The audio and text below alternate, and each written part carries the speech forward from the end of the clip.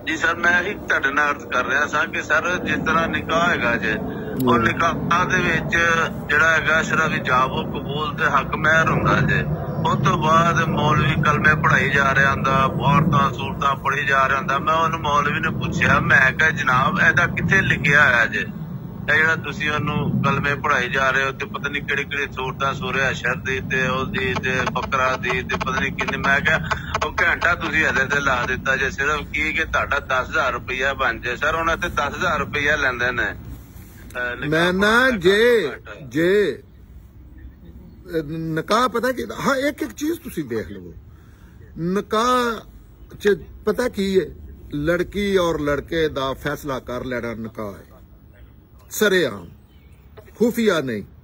ਦੁਨੀਆ ਨੂੰ ਪਤਾ ਹੋਵੇ ਕਿ ਮੀਆਂ ਬੀਵੀ ਨੇ ਕੋਈ ਗੱਲ ਵੀ ਨਹੀਂ ਮੂੰਹੋਂ ਕਰਨੀ।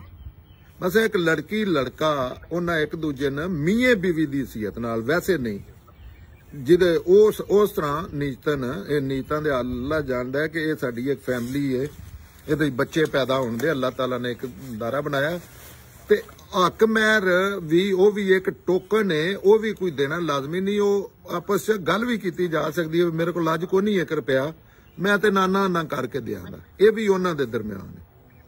ਅੱਛਾ, ਇਸ ਤੋਂ ਇਲਾਵਾ ਕੋਈ ਦੁਨੀਆ ਦੀ ਲੇਕਿਨ ਇਸ ਚੀਜ਼ ਦਾ ਸਾਨੂੰ ਲੋਕਾਂ ਨੂੰ ਸਮਝ ਆ ਜਾਏ ਤੇ ਉਹ ਜਿਹੜਾ ਕਿੰਗ ਬਣੇ ਹੈ, ਜਿਹੜੀ ਉਹਦੀ ਲੱਖਾਂ ਕਰੋੜਾਂ ਲੋਕਾਂ ਦੀ ਉਹ ਯਾਸ਼ੀ ਲੱਗੀ ਹੈ, ਖੁਦਾ ਦੇ ਉਹ ਉਤਾਰ ਬਣੇ ਨੇ। ਲੋਕ ਇੰਨਾ ਖੁਦਾ ਤੋਂ ਨਹੀਂ ਡਰਦੇ, ਰਸੂਲ ਤੋਂ ਨਹੀਂ ਡਰਦੇ ਜਿੰਨਾ ਮੌਲਵੀ ਤੋਂ ਡਰਦੇ ਨੇ। ਤੇ ਉਹ ਕਿਤੇ ਜਾਣਦੇ ਤੇ ਸਾਡੇ ਸੋਚਣੇ ਵਾਲੇ ਕੰਮ ਨੇ ਨਾ। ਮੈਂ ਪਿਆਨਾ ਕਿ ਦੁਨੀਆ ਜੇ ਦੁਆ ਤੁਸੀਂ ਕਰਾਣੀ ਨਹੀਂ ਹੈ, ਚਲੋ ਨਿਕਾਹ ਚ ਠੀਕ ਹੈ ਤੁਸੀਂ ਦੁਆ ਕਰਾਣੀ ਹੈ, ਜਾਂ ਕੋਈ ਕਾਨੂੰਨੀ ਤਕਾਜ਼ਾ ਅੱਜ ਕੱਲ ਹੈ ਕਿ ਉਹ ਫਾਰਮ ਫਿਲ ਕਰਨਾ ਹੁੰਦਾ ਡਿਸਪਿਊਟ ਦੀ ਸੂਰਤ ਚ ਕੋਰਟ ਕਚਹਿਰੀ ਵਾਸਤੇ, ਅੱਲਾ ਦੀ ਤੇ ਰਿਕੁਆਇਰਮੈਂਟ ਹੀ ਕੋਈ ਨਹੀਂ। ਔਰ ਨਿਕਾਹ ਜਿਹੜਾ ਅੱਲਾ ਦੇ ਹੁੰਦਾ ਹੈ ਜਾਂ ਸਟੇਟ ਚ ਆ ਕੇ ਉਹਨੇ ਉਹ ਵੀ ਰੀਜ਼ਨ ਆਉਂਦੀ ਹੈ ਕਿ ਦੋ ਉਹ ਵੀ ਜਿੱਥੇ ਮਰਜ਼ੀ ਹੈ ਬਹਿ ਕੇ ਲਿਖ ਲਵੋ। ਇਹਦੇ ਤੋਂ ਇਲਾਵਾ ਕੋਈ ਚੀਜ਼ ਨਹੀਂ। ਤੇ ਜੇ ਦੁਆ ਕਰਾਣੀ ਹੈ ਤੇ ਉਹ ਕਿਹੜੀ ਦੁਆ ਹੈ ਆਦਲ ਜਿਹੜੀ ਤੂੰ ਨਹੀਂ ਕਰਾ ਸਕਦਾ? ਤੈਨੂੰ ਦੁਨੀਆ ਦਾ ਕੋਈ ਪਤਾ ਨਹੀਂ ਦੁਆ ਹੁੰਦੀ ਕੀ ਹੈ। ਆਖਣਾ ਯਾ ਅੱਲਾ ਇਹਨਾਂ ਬੱਚਿਆਂ ਦੀ ਭਲਾਈ ਕਰੀ, ਇਸ ਤੋਂ ਵੱਡੀ ਕਿਹੜੀ ਦੁਆ ਹੈ? ਮਤਲਬ ਇੱਕ ਲਫ਼ਜ਼ ਚ ਦੁਆ ਹੋ ਜਾਂਦੀ। ਲੇਕਿਨ ਮੌਲਵੀ ਲੋਕਾਂ ਨੂੰ ਸਮਝ ਨਹੀਂ ਪਈ ਆਉਂਦੀ ਕਿ ਮੌਲਵੀ ਲੋਕਾਂ ਨੂੰ ਇਹ ਇਸਲਾਮ ਦੇ ਮੁਖਾਲਫ ਹੈ, ਰਸੂਲ ਅੱਲਾ ਦੇ ਮੁਖਾਲਫ ਹੈ ਮੌਲਵੀ, ਇਸ ਸਾਰਿਆਂ ਪੈਗੰਬਰਾਂ ਦੇ ਮੁਖਾਲਫ। ਇਹ ਮੁਲਾਈਅਤ ਹੈ, ਇਹ ਖਾਸ ਮਾਫੀਆ ਬਣਦੀ ਹੈ।